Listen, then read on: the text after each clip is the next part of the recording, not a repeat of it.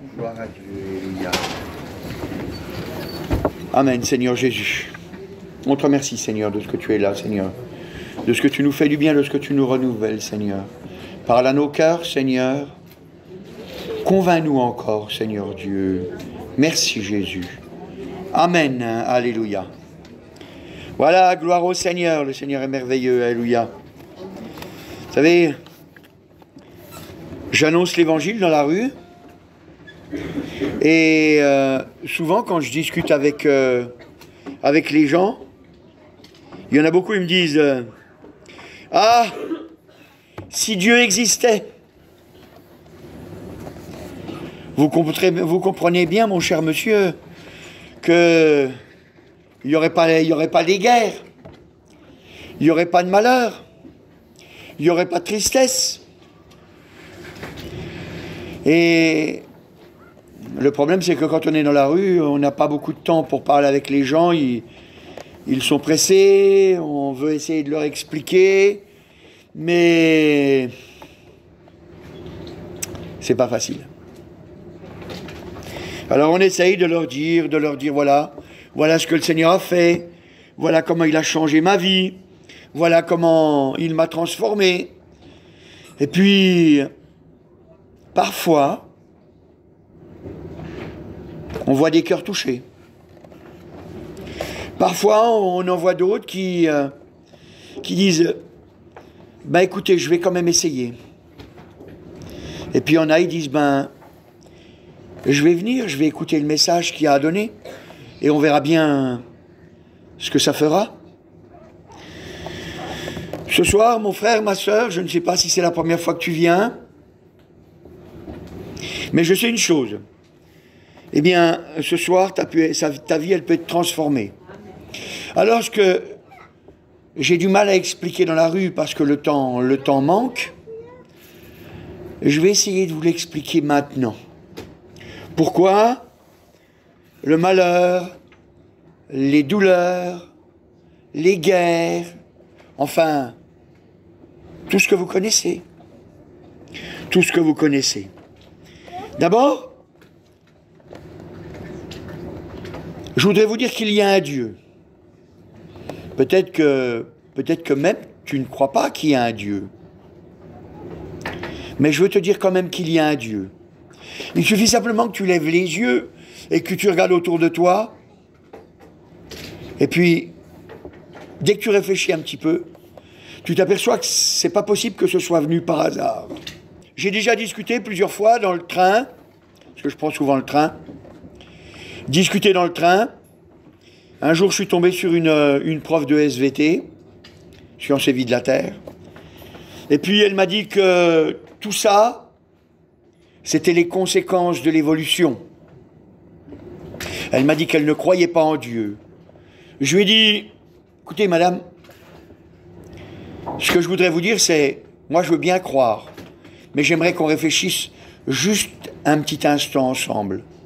J'ai dit, vous savez, on nous a dit que tout l'univers, au départ, il était, dans la tête d'une épingle. Je dis, on nous dit aussi que quand il y a un gros amas de matière, c'est-à-dire des étoiles qui s'effondrent sur eux-mêmes, s'il y en a suffisamment, eh bien ça attire même la lumière. Ça s'appelle un trou noir. Et rien ne peut en sortir. Alors je lui ai dit, vous comprenez bien que quand tout était dans la tête d'une épingle, c'est l'équivalent d'un trou noir, gigantesque.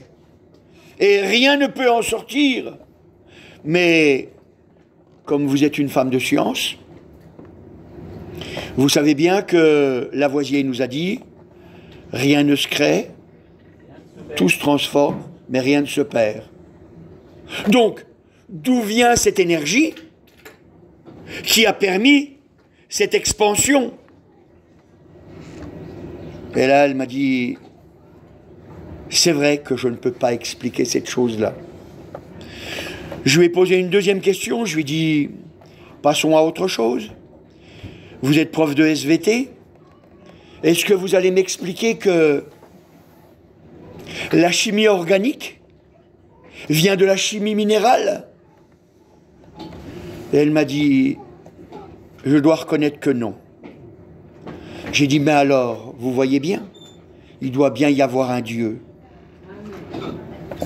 Et à ce moment-là, elle n'avait plus rien à dire.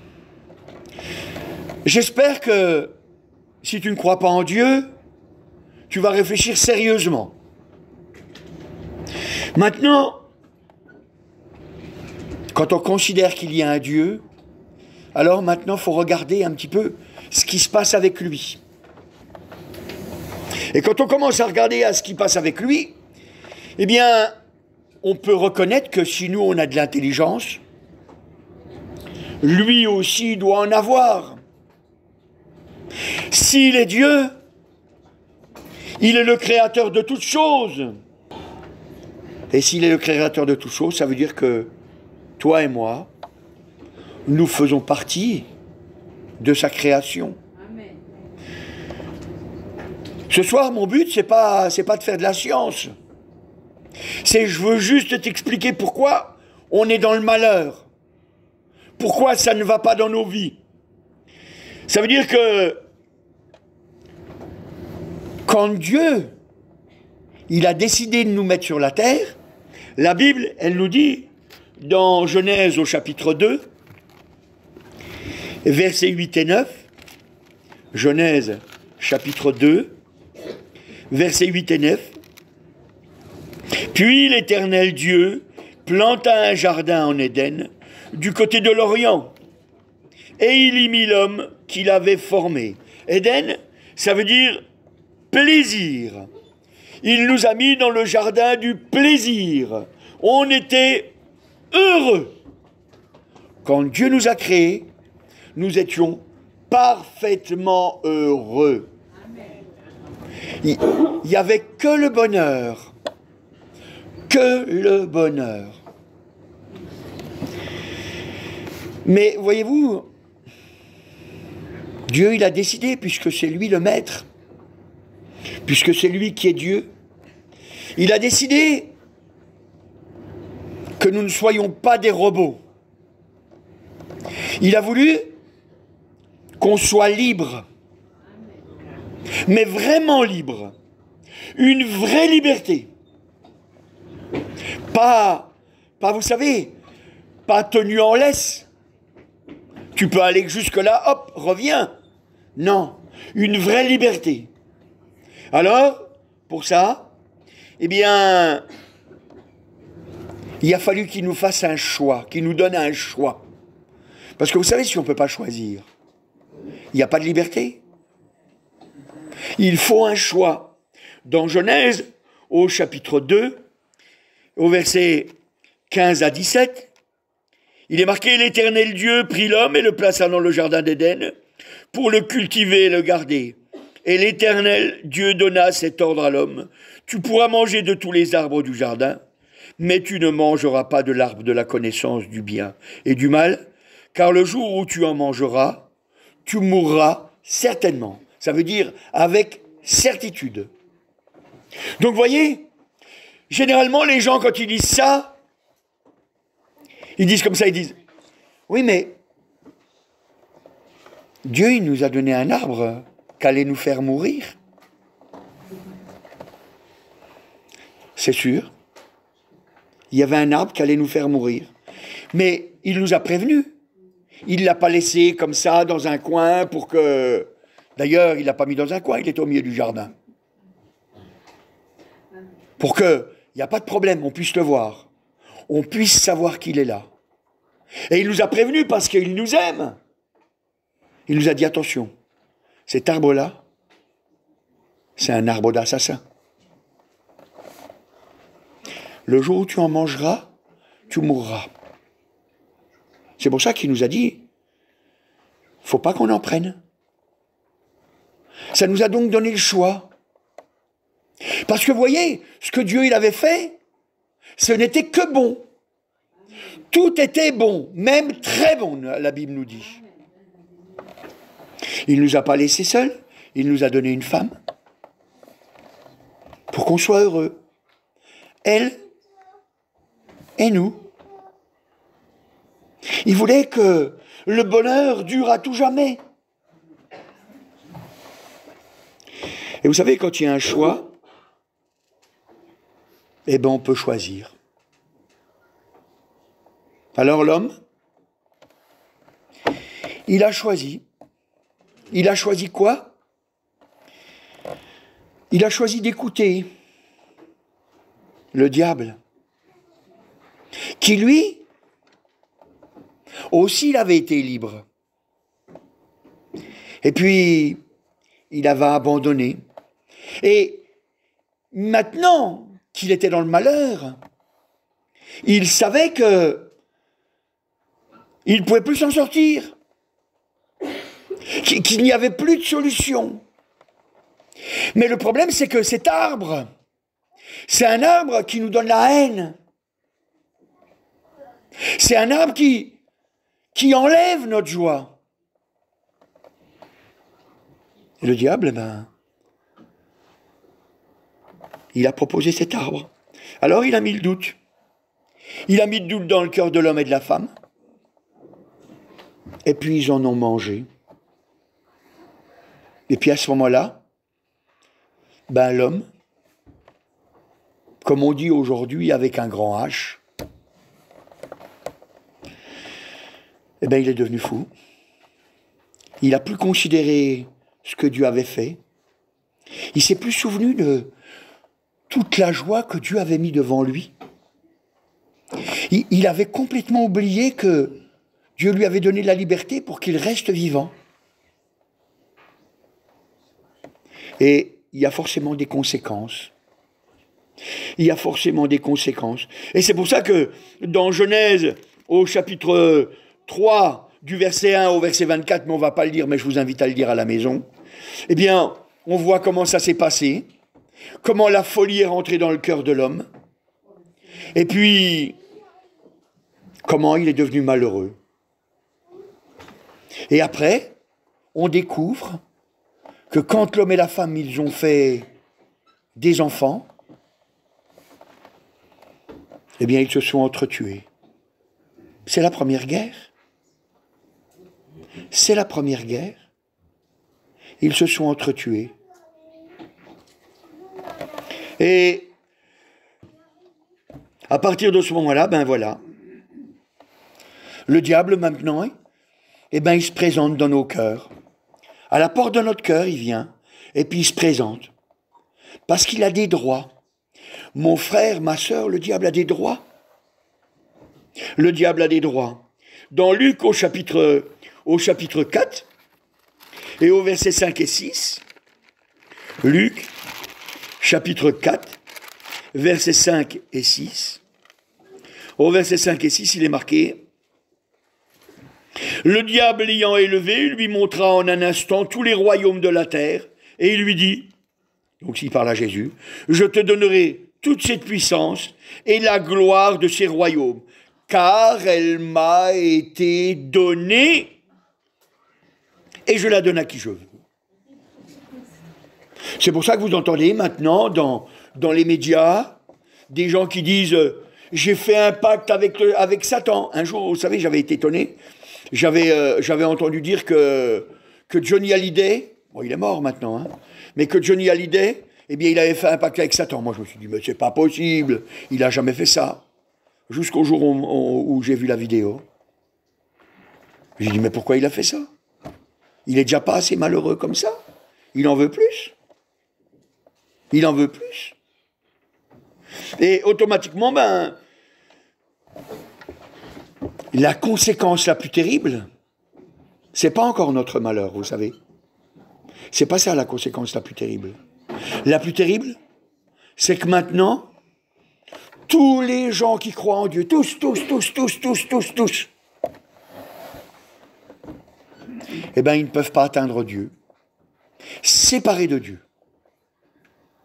Séparés de Dieu. Le péché nous a séparés de Dieu. C'est pas moi qui le dis, c'est la parole de Dieu, c'est la Bible. Dans Ésaïe au chapitre 59, Ésaïe, chapitre 59, et au verset 2, il est marqué, alors je vais lire depuis le verset 1 pour que on puisse savoir exactement de quoi ça parle. Non, la main de l'Éternel n'est pas trop courte pour sauver, ni son oreille trop dure pour entendre, mais ce sont vos crimes qui mettent une séparation entre vous et votre Dieu. Ce sont vos péchés qui vous cachent sa face et l'empêchent de vous écouter. Il y a une séparation, on a fait une séparation, on s'est coupé de Dieu. Maintenant, Dieu ne peut plus nous écouter. Ça a été notre choix. Ça a été notre choix. Un choix volontaire. Vous savez, des fois, les gens ils disent « Mais moi, j'ai pas choisi ça. Hein. Moi, j'étais pas dans le jardin. » Dis-moi que tu n'as jamais menti. Ose me le dire. Ose me le dire. Non, c'est normal. On a tous menti. On a tous menti. Il n'y en a pas un pour racheter l'autre. Pas un pour racheter l'autre. On est des menteurs. On est des voleurs. Peut-être que tu vas me dire, j'ai jamais volé. Tu as peut-être bien volé quelque chose à ton frère. Ou un crayon. Ou je sais pas quoi. Ou un chewing-gum. Ou n'importe. C'est du vol. Un vol, c'est un vol. Moi, quand j'étais petit, on me disait, qui vole un œuf, vole un bœuf. J'ai jamais volé de bœuf, mais c'est pareil. Un voleur, c'est un voleur. Il suffit d'un vol pour être un voleur. Vous voyez? Donc ça veut dire que nos péchés, ils nous cachent sa face. Ils nous empêchent d'être entendus de lui. Et vous savez, tous ces gens qui crient « Au secours, Seigneur Dieu, réponds-moi! Au secours, j'ai besoin de toi, j'ai besoin d'aide !» Et puis, ils vont faire des gros cierges. Moi, je me rappelle, j'avais discuté avec des gitans. Et puis, ils disaient, ils avaient pris un cierge. À l'époque, c'était 1500 francs. Un gros cierge. 1500 francs, c'était énorme. Ils avaient acheté un gros cierge, et puis ils l'avaient allumé pour être bénis, quoi. Mais ils ne sont pas bénis. Ils ne sont pas bénis. Ils crient à Dieu, ils veulent du secours. Dieu n'entend pas. Dieu n'entend pas. C'est pas qu'il est sourd, mais on a mis une séparation. On a voulu se séparer de lui. Donc, les hommes, ils ne peuvent pas venir à Dieu. Ils ne peuvent pas venir à Dieu. Donc, la solution ne nous appartient pas. On ne peut rien faire. On a été trop loin.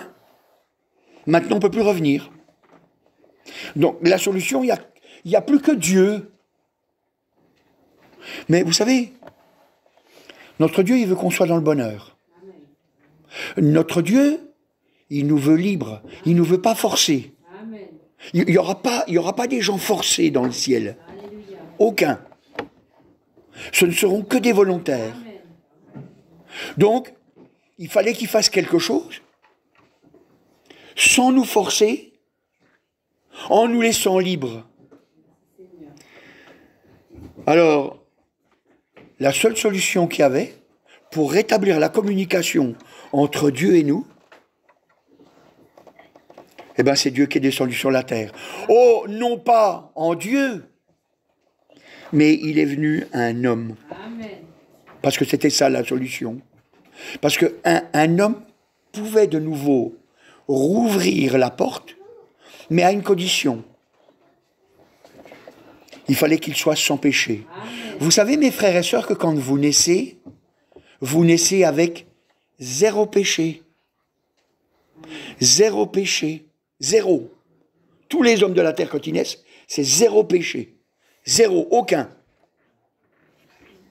On a des conséquences de ce que nos parents ont fait, mais on est avec 0 péché.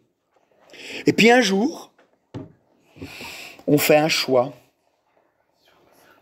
Et le choix, c'est soit de ne pas pécher, soit pécher. Mais tous sont péchés. Tous sont privés de la gloire de Dieu. Alors, le Seigneur Dieu, lui s'est présenté, non pas comme un Dieu tout-puissant, mais comme un vrai homme. Un vrai homme. Mais vraiment un vrai homme. C'est pour ça que la Bible, elle nous dit, dans Ésaïe au chapitre 7, et Ésaïe, au chapitre 7. Vous savez, c'est quand même important de comprendre que Dieu nous aime vraiment, alléluia.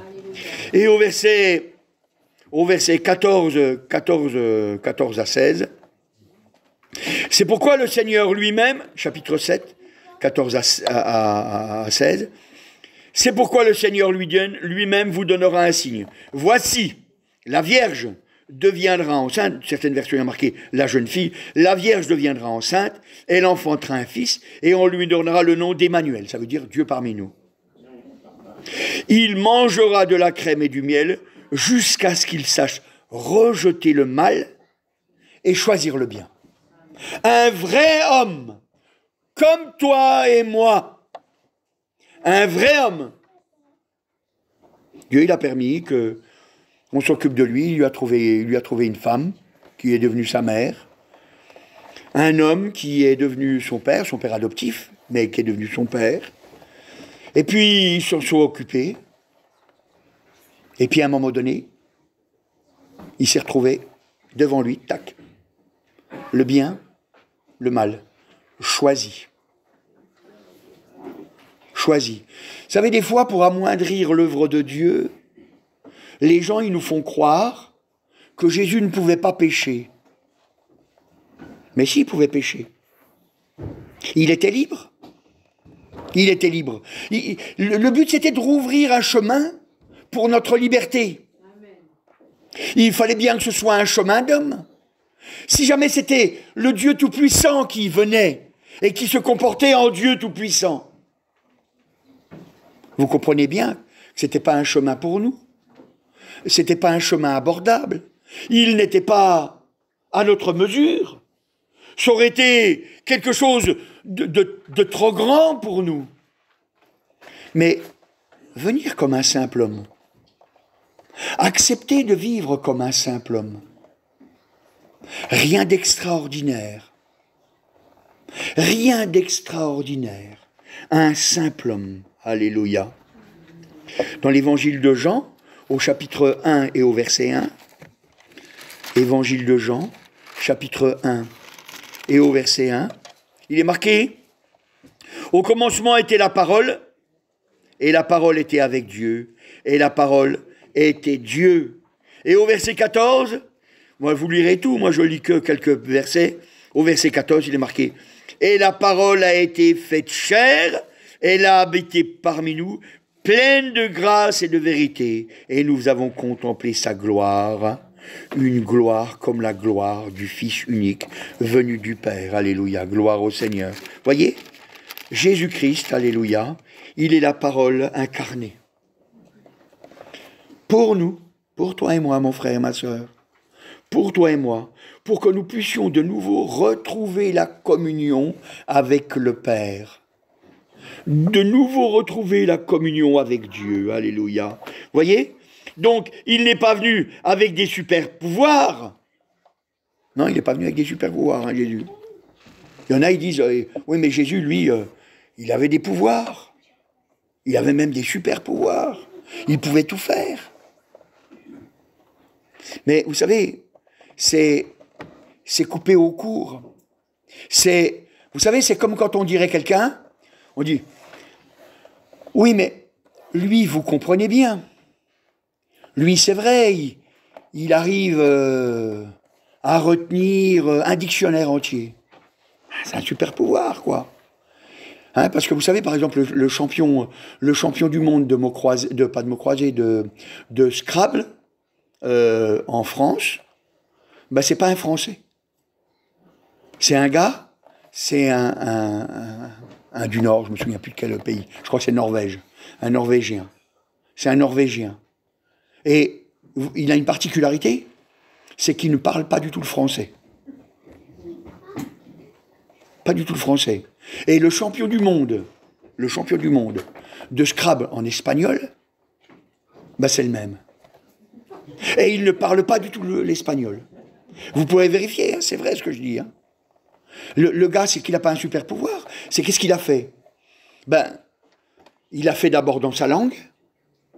Et puis, une fois qu'il a appris le dictionnaire dans sa langue, ben après, pour les mots, ça allait. Et puis, comme il avait déjà la méthode pour apprendre un dictionnaire, il a dit, je change de langue, c'est pas un problème. On me demande pas de parler, on me demande d'écrire. Donc, j'apprends les mots. Je cherche par 6 lettres, par 4 lettres, par 3 lettres, je sais pas moi comment il a fait. Et puis, il a fait ça. Donc, c'est-à-dire, il s'est mis au travail. Il avait quelque chose à faire pour pouvoir y arriver. Jésus, quand il est venu sur la terre, il est venu en simple homme. Il n'est pas venu avec des super pouvoirs. Non, il est venu un homme comme toi et moi. Rien de plus, rien de moins. Rien de plus, rien de moins. Mais alors, comment on explique ça que lui, maintenant, voilà, il fait des miracles, etc. Les hommes, vous leur demandez de faire des miracles, il ne faut pas de miracles. Lui, il fait des miracles. Ben, la Bible, elle nous explique tout. Hein. Elle dit dans Hébreux, au chapitre 5, Hébreux, au chapitre 5, voilà, Hébreux, chapitre 5, et au verset 8,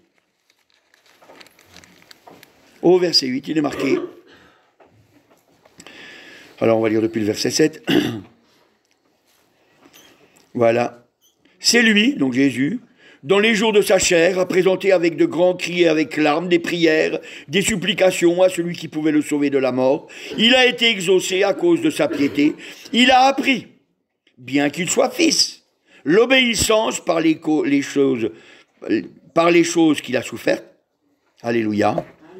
Donc, vous voyez, donc il est marqué, il a appris l'obéissance. Vous savez, quand un enfant, il est docile, et qu'il obéit, eh ben, il arrive à apprendre à écrire. Il arrive à apprendre à compter. Il obéit. Il fait ce qu'on lui demande de faire. Et il apprend ainsi. Moi, j'étais un âne. J'obéissais pas. Je n'allais pas à l'école. Je ne savais pas lire, je ne savais pas écrire. Si j'avais pas eu le Seigneur, ben aujourd'hui, je ne saurais toujours pas lire, je ne saurais toujours pas écrire. Mais quand j'ai accepté d'obéir, on m'a dit, ah ben, faut que tu fasses ça, faut que tu fasses ça. J'ai commencé à le faire. Mais vous savez, je vous dis la vérité, au début, c'était compliqué. J'avais du mal au début. Mais je m'y suis mis. Puis, alors, bien sûr, je n'ai pas un très haut niveau d'études, hein, mais ça suffit pour que je lise ma Bible, hein. Vous voyez? Mais Jésus, c'est ce qui est arrivé. Il a appris l'obéissance, bien qu'il soit fils. C'est normal, il fallait qu'il apprenne l'obéissance. Parce que c'était un homme, un simple homme. Un simple homme. Si jamais il voulait réussir à faire ce chemin pour nous emmener au ciel, il fallait qu'il obéisse. Parce que vous savez, il ne savait pas tout ce qui se passait dans le ciel. C'était un simple homme. Il était en train de découvrir. Alors il était dans un endroit, c'était dans le peuple d'Israël, où il y avait le jour du sabbat. Vous voyez, il y avait des commandements qui étaient là. Et puis, sa mère, c'était une femme sainte. Elle obéissait aux commandements. La Bible, elle nous précise que cette femme, elle était droite. Alors, ça donnait un bon exemple. Alors, il a suivi l'exemple de sa mère et de son père adoptif. Il a compris qu'il fallait entendre pour que sa foi, elle grandisse. Et en entendant toutes ces choses-là, alléluia, il est devenu un homme prêt à combattre pour toi et moi. Amen. Il a compris. Il a compris que maintenant qu'il était là sur la terre et qu'il avait pris conscience que son travail, c'était d'ouvrir le ciel, c'était de nous ramener auprès du Père, nous enlever de notre malheur. Alors il a combattu jusqu'au sang. Il a combattu jusqu'au sang. Vous voyez ? C'est pour ça que la Bible, elle dit que Dieu maintenant, il n'a pas honte de nous. Il n'a pas honte de nous. La Bible, elle dit, dans l'évangile de Jean, au chapitre 1 et au verset 12, voilà, évangile de Jean, chapitre 1 et au verset 12, verset 12, il est marqué, « Mais à tous ceux qui l'ont reçu, Jésus, à ceux qui croient en son nom, elle a donné le pouvoir de devenir enfants de Dieu. » Ça veut dire que maintenant que Jésus a payé, toi, à ton tour, tu peux devenir enfant de Dieu. Mais c'est toi qui as le pouvoir. La clé, c'est pas Dieu qui l'a. La clé, c'est toi qui l'as.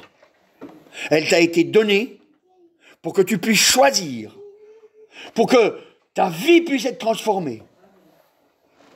C'est un choix qu'on fait. Moi, j'étais héroïnomane, malheureux, triste. Je me suis même poignardé, tellement j'étais fou. Quand j'ai compris que Jésus avait tout donné, que ma vie pouvait changer, que c'était plus du plaisir que j'allais avoir, c'était le vrai bonheur. J'ai abandonné mon plaisir contre le vrai bonheur. Mais pour ça, il fallait que je me tourne vers Jésus. J'ai accepté Jésus. J'ai accepté Jésus, alléluia, gloire au Seigneur. Il dit lui-même, c'est le Seigneur Jésus qui nous dit, dans l'évangile de Jean au chapitre 14 et au verset 6, voilà, 14, 6, il dit, Jésus lui dit, je suis le chemin, la vérité et la vie, nul ne vient au Père que par moi. Nul ne vient au Père que par moi. Donc ça veut dire que maintenant, mon frère, ma sœur, tu as la liberté, tu as la clé. Tu as la liberté de venir au Seigneur. Rien ni personne ne peut t'empêcher d'aller au Seigneur. Un jour, il y avait des démons, ils possédaient un homme, il y avait au moins 3000 dents, je ne sais pas combien. Et puis, ils voulaient l'empêcher d'aller auprès du Seigneur. Et puis, il est venu se jeter aux pieds du Seigneur. Et puis, les démons, ils n'ont rien pu faire. Ils ont été se jeter dans les cochons, dans les pourceaux. Et puis, comme de toute façon les démons, ça sait faire que ça, il les a tués, ils ont tué les cochons. Ils les ont précipités dans la mer. Parce que c'est ça ce qu'il veut le diable. C'est te tuer. C'est te faire souffrir. Parce qu'il ne sait faire que ça. Il ne sait faire que ça, le diable.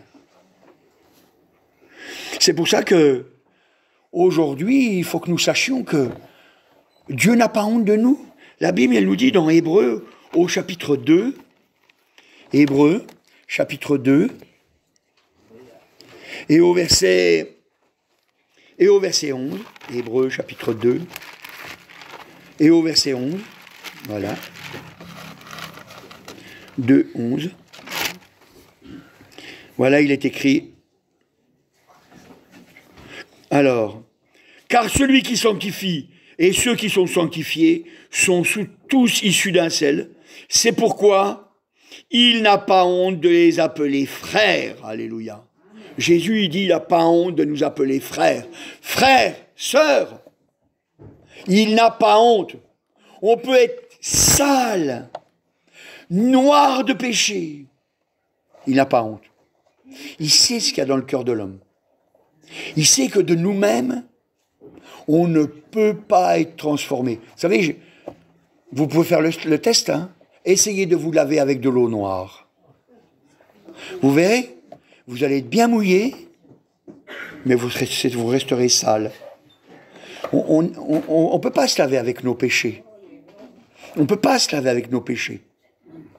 C'est pour ça que nous avons besoin de Jésus. Il n'a pas honte, il dit voilà, c'est mes frères, c'est mes sœurs. Je les aime. Il n'a pas honte de nous. Il n'a pas honte de nous. Et encore dans Hébreux au chapitre 11 et au verset 16, Hébreux chapitre 11 et au verset 16, il est marqué « Mais maintenant, Il en désire une meilleure, c'est-à-dire une céleste. C'est pourquoi il n'a pas honte d'être appelé leur Dieu, car il leur a préparé une cité. Dieu, il n'a pas honte de nous, et il nous prépare une cité. Ça veut dire qu'on ne restera pas toujours sur la terre. Nous, on n'est pas témoins de Jéhovah, on ne va pas vivre éternellement sur la terre. La Bible, elle nous dit clairement, la terre, un jour, elle sera détruite. Pas maintenant, hein. Si jamais le Seigneur vient aujourd'hui, il faudra attendre encore 1007 ans, alors. Vous voyez, donc c'est pas aujourd'hui. C'est pas aujourd'hui et on n'est même pas la veille, hein, vous voyez. Ni même l'avant-veille. Donc c'est pour ça que nous, on sait. On sait. Mais on sait que ça peut être la fin du monde pour nous, parce qu'on peut mourir. On peut mourir. Donc c'est pour ça que, maintenant qu'on sait que Dieu n'a pas honte de nous, on sait que Jésus c'est le chemin, alors on doit venir à lui. Et on doit lui demander pardon pour nos péchés. C'est-à-dire qu'on les a commis, nos péchés. On les a fait, nos péchés. Maintenant qu'on les a faits, on va lui confesser. Amen. On va lui dire, voilà, j'ai volé tel jour, telle heure, si jamais on se rappelle du jour et de l'heure. Et je veux réparer, si jamais c'est réparable. Parce que des fois, c'est pas réparable. Parce qu'on veut maintenant que la gloire de Dieu paraisse, alléluia.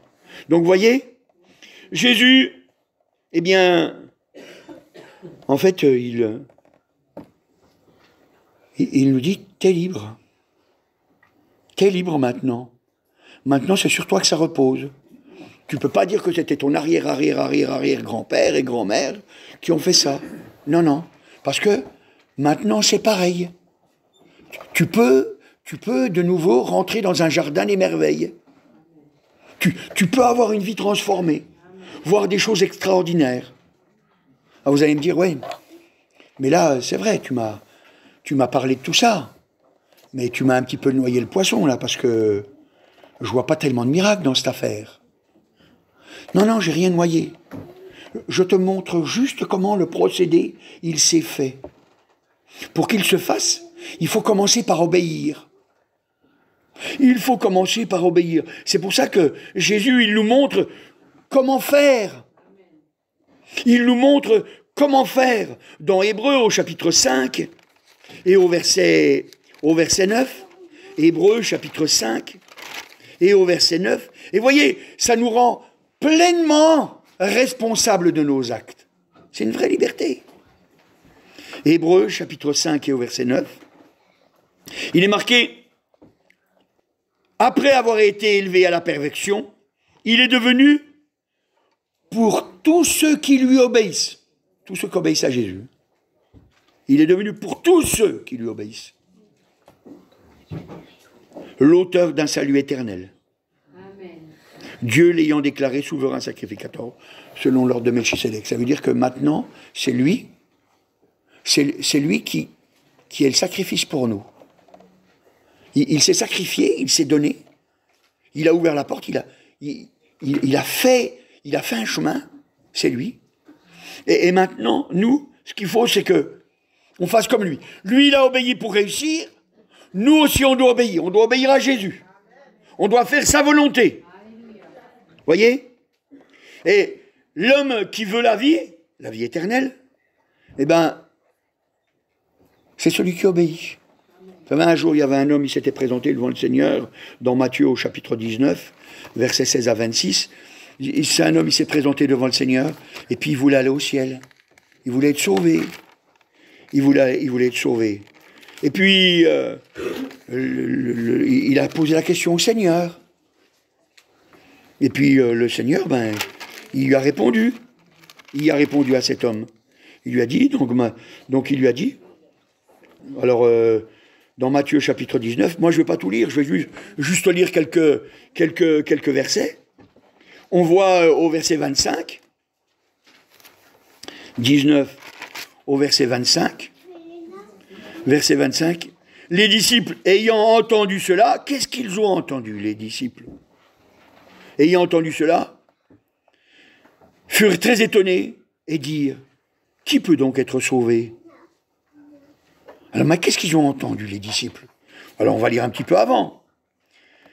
C'est Jésus qui parle, au verset 23. Jésus dit à ses disciples, « Je vous le dis en vérité, un riche entrera difficilement dans le royaume des cieux. » Un riche, il rentrera difficilement dans le royaume des cieux. Vous savez, je ne pense pas que les disciples, ils ont pensé en entendant ça que c'était sonnant et trébuchant.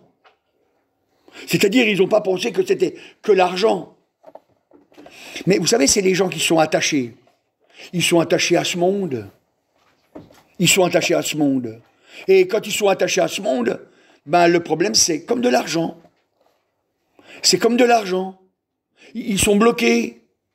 Ils vivent que pour ici. Les riches, c'est ce qu'ils font. Hein. Vous savez, moi, je me suis posé des questions, je me suis toujours dit, c'est quand même bizarre, quoi. Il y a des gens, ils sont multimilliardaires. Multimilliardaires. À la vérité, je vais vous dire quelque chose. J'arrive même pas à le concevoir.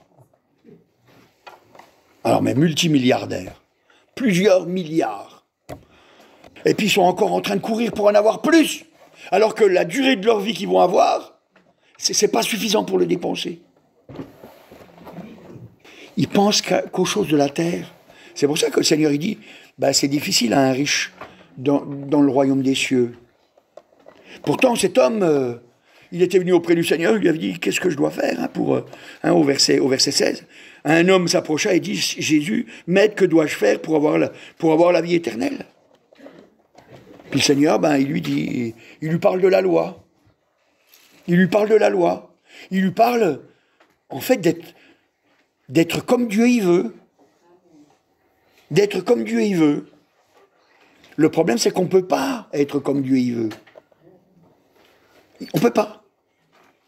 On ne peut pas. C'est pour ça que le Seigneur, il dira au verset 26, il dit, Jésus le regarda et leur dit, aux hommes, cela est impossible, mais à Dieu, tout est possible. Amen. Dieu seul peut te sauver, mon frère. Dieu seul peut te sauver, ma sœur. Toi, ta part, c'est de venir auprès de lui. C'est de lui avouer tes fautes. Lui dire, Seigneur, change-moi. Maintenant que la porte est ouverte, Seigneur, transforme-moi. Tu as le pouvoir de le faire et je compte sur toi. Amen. Et c'est comme ça que notre vie, elle se transforme. C'est pas autrement. C'est pas autrement. Vous savez, quand on regarde la parole de Dieu, ben on s'aperçoit que Dieu, lui, ce qu'il veut, c'est qu'on demande. C'est ça qu'il veut. Il veut qu'on demande. Parce que, vous savez, c'est comme un enfant avec sa mère. Quand la mère, elle fait pas n'importe quoi, parce qu'aujourd'hui, il y a des n'importe quoi. Mais quand la mère, elle fait pas n'importe quoi, quand elle allait son gosse, eh ben, il n'a pas le sein tout le temps dans la bouche. Vous comprenez que elle lui donne le sein au moment où il a besoin, mais elle le sait quand? Elle le sait quand il pleure, quand il demande. Quand il demande. Et des fois, l'enfant, il pleure, mais il vient de finir de boire. C'est pas de la soif. Il a envie de titouiller. Je suis pas une femme, mais j'ai eu des enfants, je sais comment ça marche. Et l'enfant, quand il a envie de titouiller, le problème, c'est qu'on peut pas le laisser faire. Parce qu'autrement, la femme, elle va avoir un problème au sein. Et puis après, ben, elle ne pourra plus allaiter l'enfant. Elle va avoir ça va saigner parce que ça va s'ouvrir, je ne sais plus comment on appelle ça, des gerçures, quoi. Des gerçures au sein, et c'est plus que très désagréable. C'est douloureux. Donc, quand une femme elle est intelligente, eh ben, elle dit, ben non, je ne peux pas. Alors, elle va peut-être prendre un biberon, et elle va lui mettre un peu d'eau dedans, et puis elle va lui mettre, puis voilà, quoi. Puis, hop. C'est pas le sein. Hein. Mais au moins, l'enfant, il est nourri correctement, et puis tout marche bien. Eh bien, vous voyez, c'est pareil, le Seigneur, lui, il veut qu'on demande. Il veut qu'on demande parce que il veut qu'on réussisse. Dans Matthieu, au chapitre 7, versets 7 et 8, Matthieu, chapitre 7, versets 7 et 8, demandez et l'on vous donnera. Cherchez et vous trouverez. Frappez et l'on vous ouvrira. Alléluia, gloire au Seigneur. Vous voyez, on demande, on cherche et on reçoit. On demande, on cherche et on reçoit. Dieu ne ment pas. Dieu n'a jamais menti. Dieu ne mentira jamais. La Bible a dit, il est impossible que Dieu mente. Vous comprenez qu'on peut demander. On peut demander, on recevra, alléluia, gloire au Seigneur. Et c'est sûr et certain qu'on recevra, alléluia. Vous savez, la Bible, elle nous dit, pour que nous comprenions bien comment on doit réussir, et que si on ne réussit pas, c'est de notre faute. C'est parce qu'il y a quelque chose qui bloque. Il y a quelque chose qu'on n'a pas amené au Seigneur. Et le Seigneur, il nous dit dans sa parole, c'est Jésus qui nous parle. Vous voyez, c'est pas moi qui invente, c'est le Seigneur Jésus qui le dit. Il dit, dans l'évangile de Jean, au chapitre 10, évangile de Jean, chapitre 10, et au verset 34. 34. Jésus leur répondit, n'est-il pas écrit dans votre loi, j'ai dit, c'est Dieu qui parle, vous êtes des dieux, si elle a appelé Dieu ceux à qui la parole de Dieu a été adressée, et si l'écriture ne peut être anéantie, celui que le Père a sanctifié, etc. Vous lirez la suite vous-même, mais je veux dire, la Bible dit que nous sommes appelés des dieux. Mais c'est normal. La Bible, elle dit que nous avons le pouvoir de devenir enfants de Dieu. Une poule, quand ça pond un œuf, ça va donner une poule ou un coq. Mais c'est la même chose. Dieu, s'il a des enfants, c'est des dieux. Ce sont des dieux. Mes frères et mes sœurs, ne vous laissez pas faire. Vous êtes des enfants de Dieu, donc vous êtes des dieux. Alors, si on est des dieux, qu'est-ce qu'on doit faire? Ben, on n'est pas intelligent, on n'est pas bête. On va regarder notre grand frère, comment il a agi. Comment est-ce que Jésus, comment il a agi? Jésus, l'homme-dieu, comment lui il a agi? Maintenant, nous sommes des hommes-dieux, nous aussi. Nous aussi.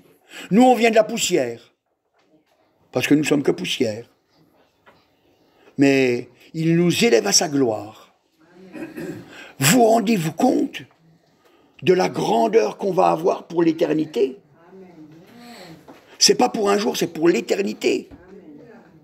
C'est pour l'éternité.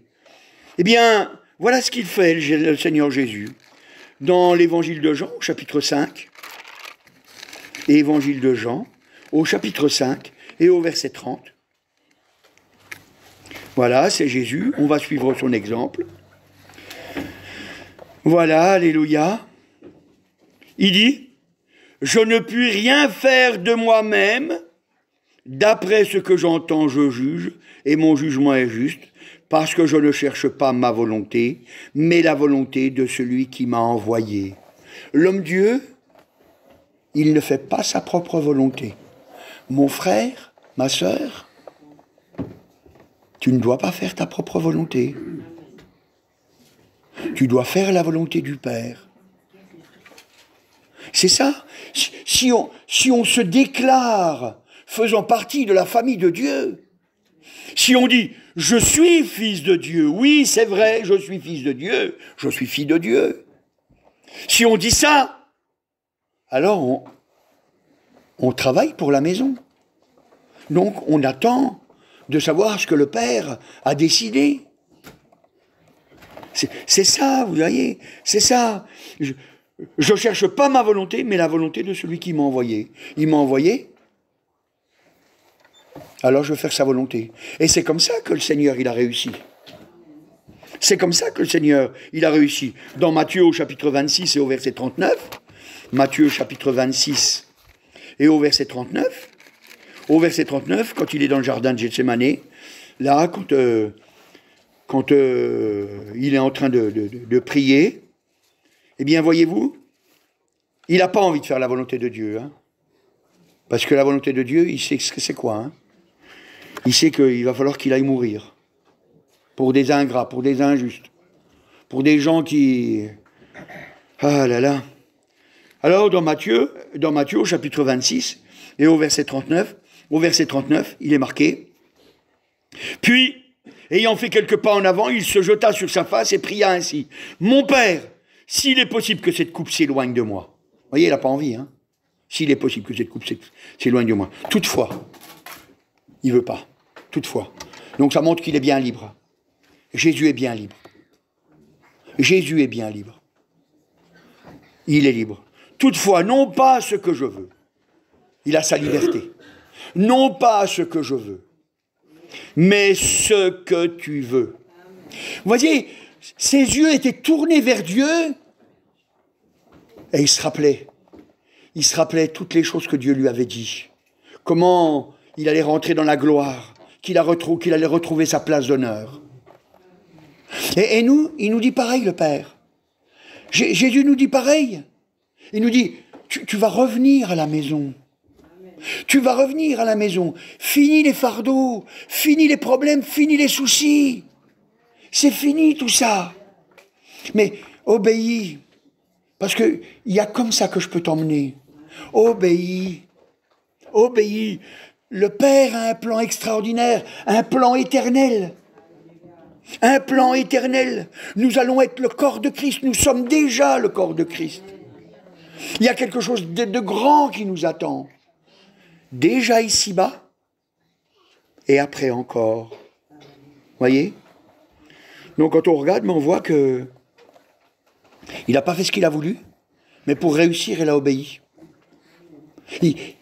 La Bible, elle nous dit même que Job, c'était un homme qui a marché dans le plan de Dieu, il a dit qu'il a fait plier sa volonté à la volonté de Dieu. Il a fait plier sa volonté. C'est-à-dire qu'il avait le choix. C'était difficile, mais il l'a fait plier. Jésus, il s'est mis à genoux, il a crié, il a hurlé, parce qu'il voulait y arriver. La Bible, elle précise, elle dit qu'il a lutté contre le péché jusqu'au sang. Est-ce qu'on peut dire que nous, on a lutté contre le péché jusqu'au sang? Je ne crois pas, mes frères et sœurs. Je ne crois pas. C'est pour ça que nous avons cet exemple, alléluia, cet exemple extraordinaire de la gloire de Dieu. Alors, je pourrais vous parler encore, mais je vois que le temps passe vite. Je pourrais vous parler encore... Oui, c'est pour ça. Je voudrais vous parler encore de cet homme malade depuis 38 ans. Pour pouvoir réussir, pour que le miracle puisse se faire dans sa vie, il a fallu qu'il obéisse. Prends ton lit, lui fut-il dit. Ça faisait 38 ans qu'il était malade, alité. Prends ton lit et marche. Et puis quand le Seigneur l'a retrouvé, il lui a dit, ne pêche plus, va et ne pêche plus. Ne recommence pas, de peur qu'il ne t'arrive quelque chose de pire. Ne pêche plus. Et puis, qu'est-ce qu'il a fait? Eh bien, il a partagé la bonne nouvelle. Parce qu'après, il est allé dire partout. Alors ce soir, il peut y arriver des miracles dans ta vie. Moi, j'avais les vertèbres cervicales cassées. On a prié pour moi, j'étais entièrement guéri. Et c'est pour ça que la Bible elle nous dit j'arrêterai avec ce verset dans Marc au chapitre 11 et au verset 24. Marc chapitre 11 et au verset 24. 11, 24. Voilà, il est marqué. C'est pourquoi je vous dis, tout ce que vous demanderez en priant, croyez que vous l'avez reçu et vous le verrez s'accomplir. Alors ce soir, je ne sais pas où tu en es dans ta vie, mais je sais que ta vie peut être nouvelle. Tout peut être transformé pour toi, mais il faut que tu acceptes de rentrer dans ce chemin. C'est pour ça que ce soir, je veux t'engager. Qui est-ce qui ce soir veut prendre cette victoire de s'engager devant tout le monde? Qui est-ce qui veut s'engager à suivre Jésus? Qui lève sa main? Amen, Seigneur. Tu vois ces mains qui se lèvent, Seigneur. Alléluia. Il s'engage à marcher avec toi, Seigneur. Alléluia, oui. Jésus, glorifie-toi dans ton beau nom, Seigneur. Alléluia. Révèle ton amour, Seigneur. Fais encore des miracles et des prodiges dans leur vie, Seigneur. C'est toi qui sauves, Seigneur. Merci, agneau de Dieu. Amen. Tout est possible à celui